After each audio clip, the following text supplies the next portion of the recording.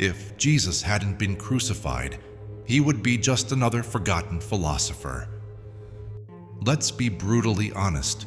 Would the world worship a man who lived a quiet life, preached simple truths, and died peacefully of old age?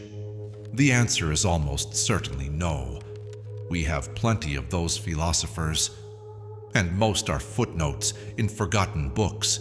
It was the sheer brutality of the cross, the ultimate betrayal, the public humiliation, the unbearable pain, that is what transformed a philosophy into an immortal legend. It forced us to pay attention. Why? Because his philosophy wasn't born in a comfortable library. It was forged in the face of betrayal, total isolation, and a degrading death at the hands of the most powerful empire on earth. He used that philosophy to teach us how to face our own pain, our own injustice. This isn't a dry religious lesson. This is a survival guide. In this story, we will distill that legacy into 3 practical lessons you can use right now to navigate our modern culture of comparison, relentless social media judgment, and the burnout that comes from trying to please everyone. To understand this revolutionary truth, we must first look at the crucible that forged the man. Before he was a symbol, he was a man, Yeshua of Nazareth, a rabbi, a teacher, a prophet, and, to many, the long-awaited Messiah. And he had one big, radically misunderstood idea: the kingdom of God. For 2 millennia, we've been taught this is a place in the clouds, a reward after we die. But Yeshua taught something far more immediate. To him, the kingdom wasn't a location. It was a state of consciousness. It wasn't up there. It was among you. It was a way of acting on this earth, right now. His crucible was Roman-occupied Judea. It was a world of brutal political domination, random violence, and crushing taxes. His people were desperate. They craved a military leader, a warrior king who would take up the sword and liberate the nation. That is what they wanted. But Yeshua saw a deeper problem. He recognized that even if they overthrew Rome, they would still be imprisoned by their own anger, their own hatred, and their own lust for revenge. They would simply replace one tyranny with another. The universal problem he faced is the same one we face today. How do you maintain your dignity, your hope, and your inner peace in the face of systemic injustice?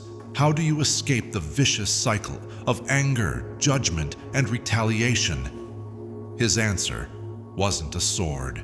It was radical compassion. He found salvation, not in striking back at his oppressors, but in actively forgiving both his enemies and himself. This was not a philosophy for the weak. It was a strategy for the brave. This is the part of the story where philosophy meets brutal reality. His first conflict wasn't with Rome. It was with his own people. When he cleansed the temple, overturning the tables of the money changers, he wasn't just attacking an economic system, he was attacking the heart of religious hypocrisy. When he declared, "Let him who is without sin cast the first stone," he directly challenged the leaders who were using the law as a weapon of oppression. He had a choice. He could have placated the authorities, raised an army, and started the war everyone was waiting for. Instead, he chose the harder path. He decided to keep teaching and healing the outcasts, the lepers, the tax collectors, the despised women. He knew exactly where this path would lead. He was warned it meant arrest and death. It was an impossibly lonely choice. He chose to stand with humanity, even when it meant the entire system, both Roman and religious, would turn against him. He chose integrity over safety. But the greatest test didn't come from the outside. It came from within. We go to the Garden of Gethsemane. This is his most human moment. His entire philosophy of acceptance and compassion is facing its final exam. Betrayal is moments away. Death is coming. This is not an all-powerful God calmly awaiting his fate. This is a man sweating blood in sheer terror, doubt, and agony. He prays, "Father, if it is possible, let this cup pass from me." It is the cry of every human soul facing unavoidable suffering. But then comes the pivot. "Yet not as I will, but as you will." This isn't passive surrender. This is an active, willed alignment. It is the moment he chooses his philosophy over his fear. Minutes later, the guards arrive. Judas, his disciple, betrays him with a kiss. Peter, his most loyal follower, does exactly what Yeshua warned him not to do. He draws his sword and cuts off a guard's ear. This is the old world's response: violence for violence, fear for fear. And what does Yeshua do? In the very moment of his betrayal and arrest, he does the unthinkable. He doesn't curse Judas. He doesn't call down an army of angels, though he believed he could. Instead, he reaches down and heals the ear of the man who came to arrest him. This is it. This is the entire philosophy in one world-changing action. He used compassion, healing his enemy, to accept his fate, his arrest.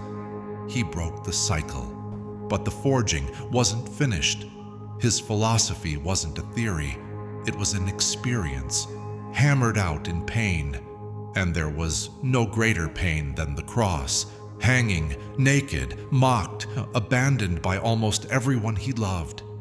He had lost everything: his dignity, his freedom, and finally, all physical control. It was at this point of total loss that forgiveness truly became radical forgiveness. When he uttered the immortal words, "Father, forgive them, for they do not know what they are doing." It wasn't just a prayer, it was his final philosophical declaration. He realized that vengeance and hatred harm the hater most of all. Forgiveness isn't a gift you give to your enemy. It's an act of self-liberation. By forgiving his tormentors, he refused to let them control his final moments. He saved himself from becoming a victim of his own hatred. His death was not the failure of his message. It was the irrefutable proof that his message could withstand the very worst that humanity could throw at it. So, what does this 2,000-year-old battle-tested philosophy mean for us in a world of social media and burnout? Yeshua had a famous line, "The measure you use will be the measure used against you." This is a powerful psychological law. In modern life, we are constantly measuring others. We use the yardstick of judgment, envy, anger, and unrealistic expectations. We scroll through social media and silently judge another's life, their job, their appearance. The lesson: stop. The measure you use to judge them is the measure you are preparing for yourself. When you harshly judge others, you are programming your own brain to believe the world is just as harsh and judgmental toward you. You become a prisoner of your own yardstick. The next time you feel judgmental or angry at someone, online or in real life, pause for 1 second and ask, what measure am I using? Do I want this same measure applied to me? Compassion triage. Yeshua gave a near impossible command: love your enemies and pray for those who persecute you. For most of us, that's too much, but we can apply it more practically. Instead of enemies, too big a concept, start with The most annoying person in your day. It might be the driver who cut you off, the rude colleague, or a negative online comment. Try compassion triage. When someone triggers you, do not retaliate. Don't curse. Don't carry that anger with you. Instead, silently wish them peace for 10 seconds. This is not about approving of their behavior. This is a purely selfish act. Just as Yeshua healed the guard's ear, you aren't doing it for them. You are doing it to protect your own inner peace. You are refusing to let their negativity become your negativity.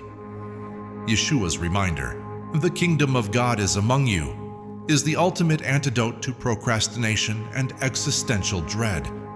We so often live as if our real lives will begin later, after we graduate, after we get the promotion, after we retire.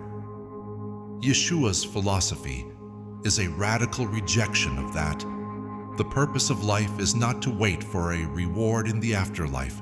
The purpose is to act, to bring salvation, healing, and justice into the present moment. This is our human responsibility. When you choose forgiveness over hatred, when you choose to help instead of judge, you are building that kingdom right here, right now. These 3 lessons all connect back to the core human problem. We only escape the vicious cycle of pain and retaliation when we master the art of forgiveness and compassion. From his teachings in the desert to his final lonely moments on the cross, the life of Yeshua of Nazareth is a testament to one thing: true strength is found not in domination or control, but in service and an unshakable capacity to forgive. His story, stripped of dogma, proves that radical compassion is not a weak, passive theory. It is a battle-hardened survival guide for all time. Now, a challenge. Close this article. For the next 2 minutes, pick one person who annoyed or angered you today. Don't text them. Don't talk to them. Just close your eyes and actively release the judgment you are holding against them. Realize what Yeshua taught with his dying breath. Peace doesn't come from punishing the wrongdoer. Peace comes when you refuse to let your compassion be limited by their actions. What inner battle are you fighting that could be resolved by dropping the judgment and applying that measure of compassion right now?